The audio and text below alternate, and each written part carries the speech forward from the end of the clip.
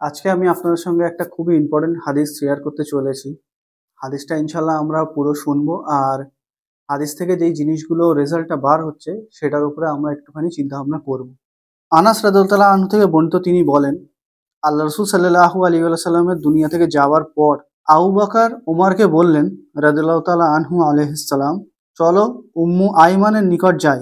আবু বকর বললেন, তার সাথে দেখা করে আসি, যেমন আল্লাহ রসুল তার সাথে দেখা করতেন। যখন আমরা তার নিকট গেলাম, মানে আবু বকর ও ওমর, তখন তিনি কাঁদতে লাগলেন। তারা উভয় বললেন, তুমি কাঁদছো কেন? আল্লাহ সুবহানাহু ওয়া তাআলার কাছে যা কিছু আছেন আল্লাহ রসুলের জন্য সেটাই সব থেকে বেশি উত্তম। উম্মে আইমান বললেন, এই জন্য আমি কাঁদছি না যে আমি জানি না আল্লাহর কাছে যা আছে সেটা আল্লাহ রসুলের জন্য উত্তম, বরং আমি এই জন্য কাঁদছি যে আকাশ থেকে ওহী আসা বন্ধ হয়ে গেছে। উম্মু আয়মান এই কথা বললেন, আর তারপরে তিনি কাঁদতে লাগলেন। তারপর আবু বকর ও ওমর এই কথা শুনে কাঁদতে লাগলেন।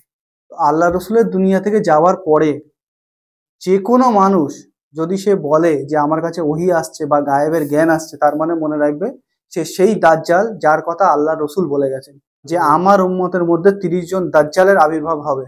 তারা প্রত্যেকেই নবী হওয়ার দাবি করবে। কেউ ডাইরেক্ট বলবে আমি নবী, কেউ বলবে আমার কাছে ওহী আসছে, আমার কাছে গায়েবের জ্ঞান আসছে। তো এই হাদিসটা ইনশাল্লাহ সবাই মনে রাখবে। মুসলিম শরীফের হাদিস, আমি রেফারেন্স স্ক্রিনশট বসিয়ে দেবো।